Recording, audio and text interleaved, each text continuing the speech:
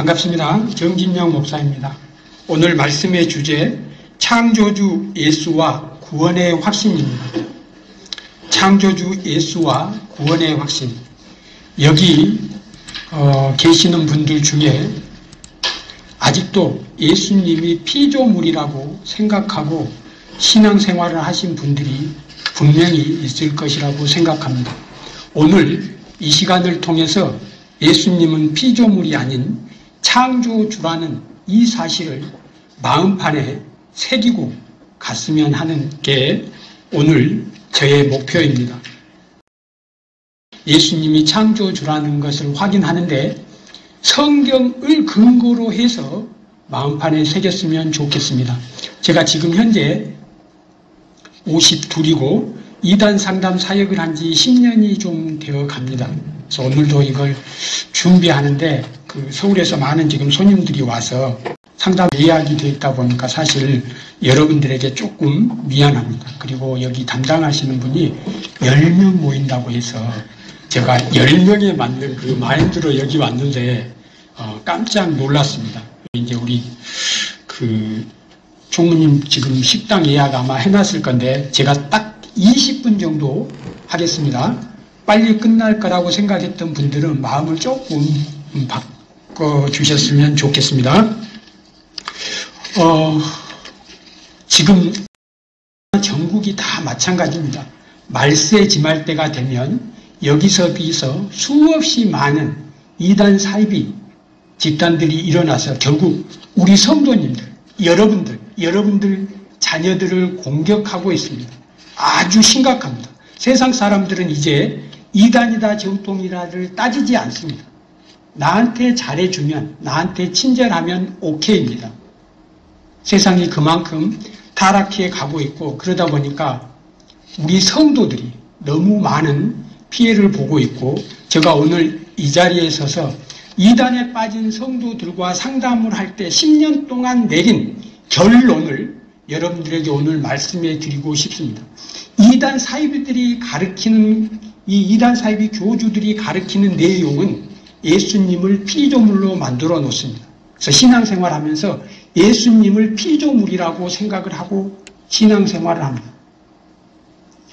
여러분들이 믿고 있는 나는 기독교인이고 나는 예수님을 믿는다고 하는데 내가 믿는 예수가 피조물인지 창조주인지 이건 믿음의 확신 신앙부터가 다릅니다. 그래서 오늘 이 시간 정말 성경에서 예수를 창조주라고 주장하고 있냐? 그럼 나는 성경에 기록된 예수님이 창조주라는 이 성경 구절 하나 정도는 알고 있어야 된다는 겁니다. 그래서 어디 가서도 성경을 봐라. 예수님을 창조주로 기록해 놓았다. 그래서 나는 내가 믿는 예수가 창조주이기 때문에 내가 믿고 신앙생활하는 것이다.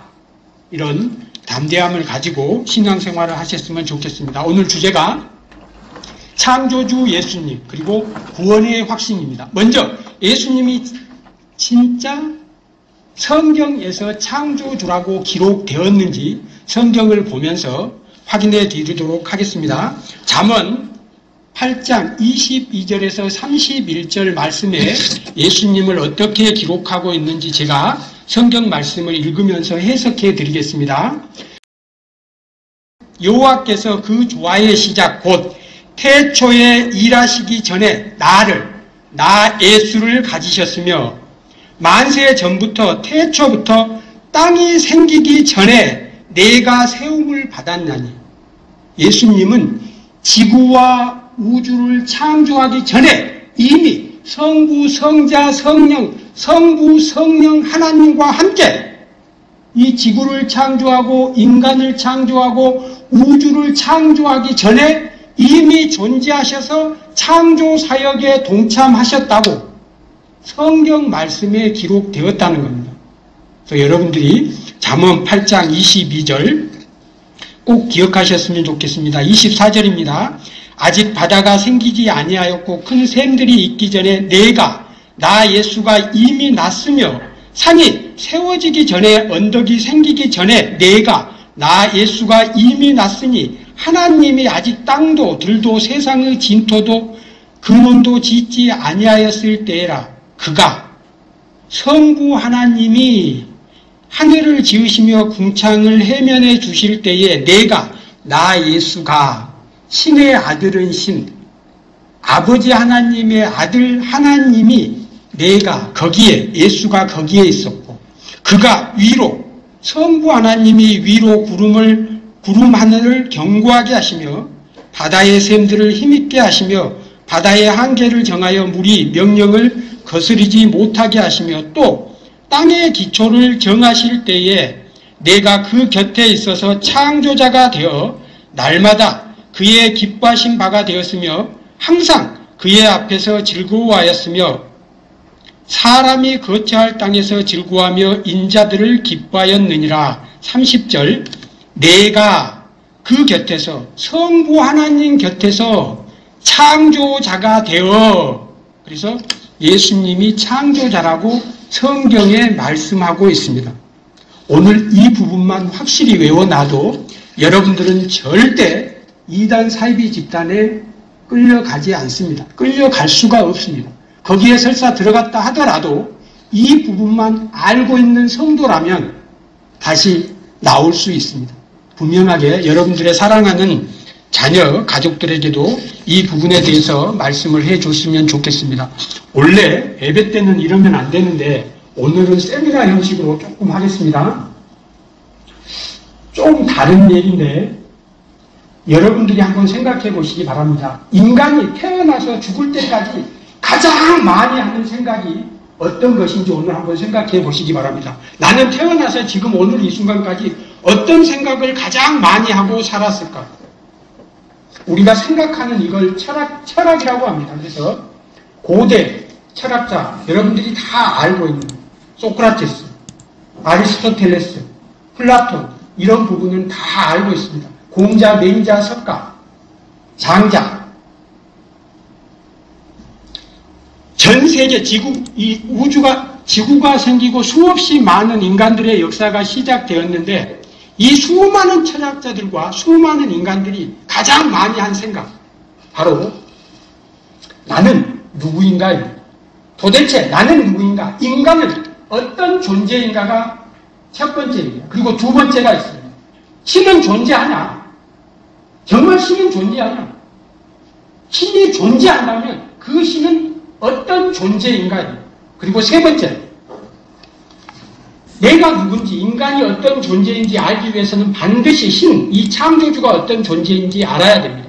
그 생각이 정리돼야지만이 그러면 내가 인간으로서의 나의 삶을, 인생을 어떻게 살아야 될 것인가? 내 인생에 가치 있는 인생을 살기 위해서는 어떻게 살아야 될 것인가? 우리나라 그 김형석 철학자, 연세대에 나오신 그 백세 내무신, 그리고 이여령 박사님도 노인은 죽고 청년은 늙는다. 그리고 이제 현대 철학자들이 이렇게 보면 그 칼 막스, 그 다음에 엥겔스 이런 부분도 여러분들이 많이 들어보셨을 거예요. 그리고 데카르트, 칸트, 헤겔, 신은 죽었다. 칼 바르트, 타자 이렇게 얘기하는데 신은 나는 어떤 존재인가? 신은 인간은 어떤 존재인가? 그리고 신이 존재하는가? 신은 어떤 존재인가? 이것이 해결되어야지만이 나는 인간으로서 어떤 삶을 살아야 되는가라는 답을 구할 수가 있는데 내가 인간은 스스로 본인이 어떤 존재인지 결코 알 수가 없습니다. 창조주 그 신이 만든 신이 어떤 존재인지를 알아야지만이 내가 누구고 어떻게 살아야 되는지에 대한 답을 얻을 수가 있습니다. 여러분들에게 숙제를 하나 내주겠습니다. 여러분들이 눈을 딱 떴는데 무인도에 혼자 있어요. 인간은 존재하지 않습니다. 식물과 동물들만 존재합니다. 태어났는데 그리고 여러분들이 혼자 살아가게 됩니다. 결코 여러분들은 본인이 인간인지 어떤 존재인지 남자인지 여자인지 아무것도 알 수가 없습니다. 단지 살아갈 수 있는 기술만은 터득하게 될 거지만 결국 본인이 어떤 존재인지는 알 수 없습니다. 그럴 때 나가 아닌 다른 어떤 인간이 표류해서 섬에 왔을 때, 내 앞에 나타났을 때만이 내가 타자, 어떤 상대를 보고 아, 내가 이런 존재구나 알 수 있습니다. 이걸 철학에서 타자 이렇게 말하는데 결국 인간은 하나님이라는 다른 상대를 통해서만이 내가 어떤 존재인지 알 수 있습니다. 그래서 오늘 이제 다시 본론으로 가자면 우리가 나는 예수님을 믿어, 나는 기독교인이야, 여호와 하나님은 나의 구원자야 이렇게 말하지만 여러분들이 알고 있는 예수님은 인간 예수, 이스라엘의 30대 된 청년이 죽기 전에 3년 복음 전하다가 십자가에 매달려 죽으셨다. 그 인간 예수가 나의 죄 문제를 해결해서 나는 구원받았다. 이 정도라는 거예요. 근데 예수님은 이 땅에 오시기 전에 이미 구약시대에도 활동했다고 성경에 기록되어 있고 지구와 우주가 생기기 전에도 활동하신 창조주라는 거예요. 근데 이 사실을 성경을 근거로 여러분들이 갖고 있지 않으면 여러분들보다 지식을 하나 더 가지고 있는 사기꾼들에게 또 당한다는 겁니다. 이 점 좀 양해하시고 다시 돌아가겠습니다. 창세기 1장 1절에 태초에 하나님이 천지를 창조하시니라는 말이 나옵니다. 여기에 하나님은 엘로힘이고 이 엘로힘은 단수가 아닌 복수의 의미를 가지고 있습니다. 그래서 태초에 우리가 천지를 창조하고 여기에 천지는 헤븐이라는 우주를 가리키고 지라는 이 지는 얼스라는 지구를 가리킵니다. 자, 다시 엘로힘을 해석할 때 성부 하나님, 성자 하나님이신 예수님, 성령 하나님으로 해석되어져야 합니다. 창세기 1장 26절과 27절에 보면 자, 우리가 우리의 형상대로 사람을 만들고 이 성경 구절을 모르시는 분 없이 처음 들어본다. 다 들어보셨죠? 우리가 여기에 단수가 아닌 우리라는 복수를 사용하고 있습니다. 하나님은 한 분이신데 우리라는 복수의 언어를 사용하고 있습니다. 성경 해석의 오류를 범하는 많은 잘못된 곳에서 이 우리를 영적 피조물 천사로 해석해 버립니다. 하나님이 영적 피조물들과 함께 지구와 우주와 인간을 창조했다. 이걸 천사 숭배론이라고 합니다. 천사는 피조물입니다. 결코 하나님 위치, 창조주 위치와 동급, 우리가 친구, 우리라고 하는 건 나와 동급일 때 컴퓨터나 AI 로봇이 아무리 똑똑하다 하더라도 인간과 동급의 우리가 될 수는 없습니다. 인간은 피조물이고 하나님은 창조주입니다. 그렇다면 여기에 우리는 성부 하나님, 성자 하나님, 성령 하나님, 성삼위일체 하나님으로 해석되어져야 합니다. 여기까지 너무 딱딱합니다. 그렇죠? 잠깐 긴장들 푸시고 창세기 3장 22절에 여기도 우리가 나옵니다. 창세기 3장 22절에 보면 우리 중 하나가, 이 부분은 예수님께서 인간의 모습으로 이 땅에 오셔서 인간을 체험하는, 그리고 결국 죄 문제를 해결해서 십자가에 매달려 죽으시는 그 부분에서 우리 중 하나, 성부 하나님, 성자 하나님, 성령 하나님 중에 예수님이 이 땅에 오셔서 십자가에 지실 것에 대해서 말씀합니다. 그리고 창세기 11장 7절에 보면 자, 우리가 내려가서 인간들의 언어를 혼잡하게 하자 하시고의 우리가 나옵니다. 여기 역시 성부, 성자, 성령 하나님으로 해석되어져야 합니다. 여기서 이사야 9장 6절을 한번 찾아보겠습니다. 이사야 9장 6절. 맨 먼저 찾으신 분이 다른 분들이 다 들을 수 있도록 봉독해 주시면 좋겠습니다. 이사야 9장 6절입니다.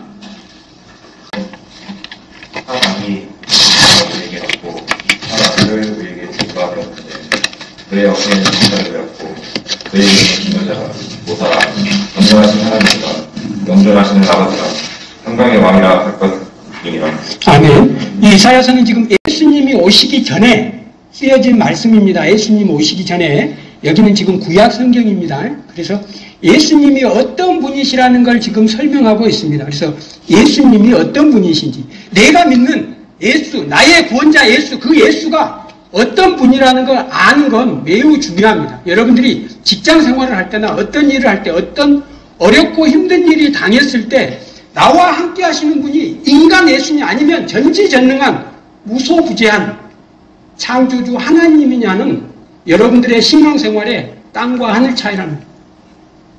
그래서 지금부터는 예수님을 생각할 때 나의 구원자 예수는 전지전능하신 그 창조주이시다. 그분이 나와 함께 하신다.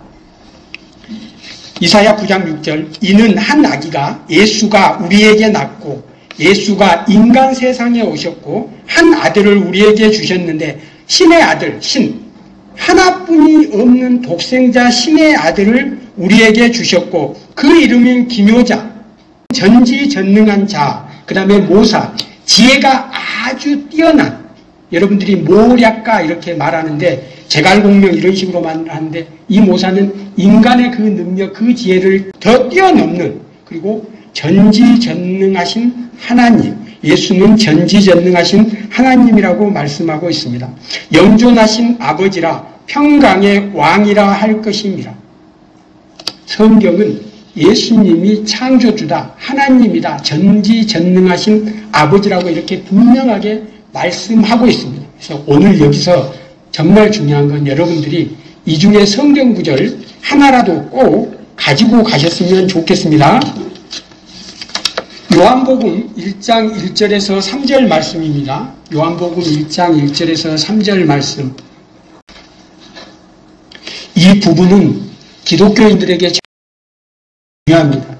그리고 죄송하지만 많은 교회에서나 옛날 우리 선배 목사님들이 열심히 하시긴 했지만 성경 해석에 오류들이 있어서 오해되는 부분들이 많습니다. 그래서 오늘 조금 바로잡아 주겠습니다. 태초에 말씀이 계시니라, 이 말씀이 하나님과 함께 계셨고, 여기에 두 하나님이 나옵니다. 여기 태초는 창세기 1장 1절의 태초는 시간의 시작, 인간에게 태초고, 여기에 태초는 영원부터 영원까지, 여러분들이 잘 아는 알파와 오메가 할 때 그 알파, 영원, 태초를 말합니다. 지구와 우주가 생기기 전에 태초에 말씀이 계시니라. 이 말씀은, 신약 성경은 헬라어로 써여졌고, 이 헬라어 말씀의 의미는, 말씀은 로고스고, 로고스의 의미는 창조 근원자라는 뜻을 가지고 있습니다. 그래서 창조 근원자 대신 예수님을 말씀하고 있습니다. 힘드시겠지만 다 끝나갑니다. 여기서 딱 집중해 주시기 바랍니다. 태초에 말씀이 계시니라, 태초에 예수님이 계시니라. 이 예수님이 하나님, 아버지 하나님과 함께 계셨으니 이 말씀, 로고스, 창조 근원자 대신 예수님은 하나님이시라, 아들 하나님이시라, 성자 하나님이시라. 그가, 예수가 태초에 하나님과 함께 계셨고 성부 하나님과 함께 계셨고, 아들 하나님이 성부 하나님과 함께 계셨고, 만물이 그로 예수님으로 말미암아 지은 바 되었으니 지은 것이 하나도 그가 예수가 없이는 된 것이 없느니라. 이렇게 성경에 예수님이 창조주로 기록되어 있습니다. 그래서 이제 오늘 이 말씀을 듣고 이번 주에 교회 가거나 아니면 가서 너는 예수님을 창조주라고 생각해? 피조물이라고 생각해? 이렇게 물어보시기 바랍니다.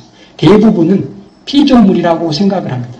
하나님이 낳았다 그래서, 낳았다는 단어가 있다고 해서 피조물이라고 하는데, 여러분들이 이 세상에 태어나기 전에 여러분들의 정자는 이미 아버지의 척추에서 존재하고 있었다는 거예요. 그래서 아버지 품 안에 이렇게 할 때 이 예수님은 성부 하나님의 인사이드가 아니고 아들이 엄마 품에 안긴 것처럼 아웃사이드에 이렇게 존재하는 거예요. 그래서 예수님은 창조주라는 이 사실 기억하셨으면 좋겠습니다. 5분 정도 하면 분명히 끝날 겁니다. 자, 두 번째, 구원의 확신입니다. 이제 예수님이 어떤 분인지 알았습니다. 이제 마음판에 새겼습니다. 구원의 확신입니다. 너무너무 중요합니다. 내가 정말 구원받았냐? 내일 잘못되면 눈 떴을 때 천국에 있는 것이 확실하냐? 구원받았습니까? 이 질문에 대해서 여러분들 망설입니다. 오늘 이 시간 이후 문 밖에 나가는 순간 여러분들은 나는 구원받았다. 절대 흔들리지 마시기 바랍니다. 여러분들이 구원받았다는 사실을 제가 여러분들에게 증명해 드리도록 하겠습니다. 여러분들은 구원받은 하나님의 자녀들이 확실합니다. 그건 누구도 바꿀 수가 없습니다. 누가 시켜서 이 자리에 올 수가 없습니다. 하나님의 은혜고 성령님의 역사가 아니면 결코 이 일이 이루어질 수가 없습니다. 저는 수천 통에 이렇게 전화를 받는 사람인데 그 성도님과 저와의 어떤 역사는 하나님의 역사가 아니면 결코 이루어질 수가 없습니다. 1시간 전만 해도 전혀 몰랐던 그런 분들과 이렇게 연결이 됩니다. 이 역사가 하나님의 역사라는 것 기억하시고, 자, 나는 구원받았냐? 나는 죄인이다. 손 한번 들어보시기 바랍니다. 나는 죄인이다.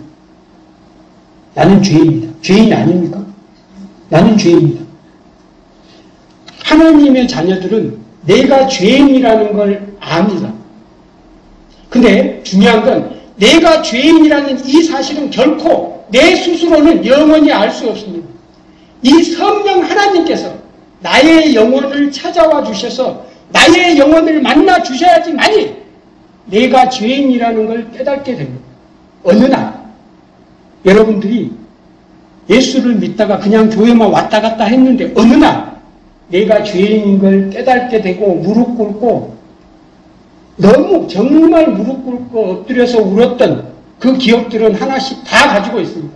성도라면 가지고 있습니다. 내가 죄인인 걸 깨닫고 하나님 앞에 바짝 엎드렸던 그 사실은, 그 사건은 다 일어납니다.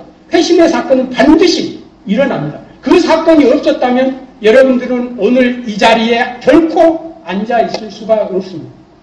그리고 나의 죄 문제를 해결하기 위해서는 예수님께서 십자가에 피 흘려 죽으셨기 때문에 나의 죄는 예수님이 2000년의 십자가에 매달려 죽으셨기 때문에 내 죄 문제가 해결되었다는 확신을 가지고 있습니다. 이건 역시 하나님의 은혜고 성령의 역사가 아니면 예수님의 죽음이 나의 죄 문제를 해결하기 위해서 죽었고 나는 그 죄 문제를 해결받았기 때문에 나는 이제 하나님의 자녀야. 이제 더 이상 나는 죄인이 아니야라는 이 생각은 인간이 할 수 없는 생각입니다. 성령 하나님께서 나의 영혼을 만나 주셔야지, 나의 영혼과 이 손잡아 주셔야지만이 깨달을 수 있는 부분입니다. 그런데 여러분들은 분명히 그런 과정들을 걸치고 교회에서 교회에서 이런 과정들을 다 걸쳤어요. 근데 어느 정도 시간이 지나면서 내가 구원을 받았는지 안 받았는지, 그래서 누군가 구원 받았습니까 하면 아주 작아집니다. 여러분들은 분명히 구원 받은 게 맞습니다. 정말 나의 죄 때문에 예수님이 십자가에 매달려 죽으셨다는 이 사실을 여러분들이 지금 믿고 있다면 여러분들은 이미 구원받았고 하나님의 자녀가 확실합니다. 그래서 두려워하지도 말고 불안해하지 마시라고 꼭 여러분들에게 말씀드리고 싶습니다. 그리고 나의 유일한 구원자는 예수님뿐이다. 다 믿으시죠? 나의 구원자는 예수님뿐이다. 예수님이 나의 구원자가 될 수 있는 이유가 바로 예수님이 창조주이기 때문에 가능합니다. 인간은, 나와 같은 죄인 인간은 통일교 문선명이, 박태선이, 정명석이, 이만희, 장길자, 나와 똑같은 죄인 인간은 결코 인간의 구원자가 될 수 없는, 죄 문제를 해결하고 구원을 받을 대상자입니다. 그런 사람들을, 나와 똑같은 피조물을, 인간을 구원자로 믿는다는 것 정말 어리석은 일입니다. 그래서 우리가 지금 예수님을 믿고 하나님의 자녀가 되는 건 예수님의 십자가 사랑, 그 다음에 성부 하나님의 은혜, 성령 하나님이 인치셨습니다. 너는 내 아들이야! 너는 내 딸이야! 이미 인치셨다는 거예요. 여러분들, 나는 이제 구원받았다. 밖에 나가서 좀 자신있게, 씩씩하게, 용감하게. 이제 직장 선교에 대해서 얘기 한 번만 하겠습니다. 직장 선교에. 저도 직장 생활을 오래 했습니다. 항해사 생활을 5년 하고 사회복지시설에서 한 10년 정도 했고, 그래서 여기 딱 오니까 직장 문화, 상하 조직 문화가 딱 이렇게 바뀌어서 제가 긴장을 했습니다. 제가. 근데 마음을 좀 그렇게 푸셨으면 좋겠고, 제가 직장 다닐 때, 식사할 때, 이제 직장 선교회 하는 겁니다. 직장 선교회. 직장에서 우리는 어떤 자세, 어떤 태도로 할 것이냐. 짧게 하겠습니다. 우리 식사할 때 감사 기도 눈치 보지 말고 합시다. 예, 저는 그게 직장 다닐 때, 식당에 갈 때 가장 힘들었습니다. 옆에 누가 있던 우리 식사할 때 눈치 보지 말고 감사 기도합시다. 빠지지 말고. 그리고 술, 남자분들 참 힘듭니다. 회식할 때 우리 씩씩하게 나는 사이다 먹겠습니다 라고 합시다. 술, 저는 교회 다녀서 술 안 먹겠습니다 이렇게 말하면 상사 기분 나쁩니다. 진급에 영향을 줄 수 있습니다. 저는 사이다 먹겠습니다. 사이다로 건배하시면 됩니다. 이런 부분에 있어서 조금 자신 있게 하셨으면 좋겠어요. 저 말씀 이해하시죠? 여러분들이 현장에 있기 때문에 이렇게만 말씀드려도 충분히 이해할 것 같습니다. 그리고 우리가 기독교인이라면 나는 직장에 항상 10분 먼저 가겠다. 그리고 퇴근은 5분 늦게 퇴근하겠다. 이 정도만 하셔도 떨어진 휴지 보면 내가 먼저 죽겠다. 이 정도만 하셔도 직장 안에서 저 친구는 기독교인이야. 저 친구는 참 잘해. 우리도 저렇게 하자. 이렇게 될 것 같습니다. 제가 경험을 해보니까 직장에서의 기독교인으로서의 어떤 생활이 특별한 게 아니고 이 정도 식사할 때 눈치 보지 말고 감사 기도하고 10분 먼저 출근해서 5분 늦게 퇴근하고 술자리 가면 항상 사이다, 물 씩씩하게 들고 건배하고 이렇게 조금 분위기를 나는 기독교인이니까 거기 참석 못해 이런 식의 이런 거는 아닌 것 같아요. 예수님의 명령은 첫째는 하나님을 사랑하지만 둘째는 사람 사랑, 이웃 사랑입니다.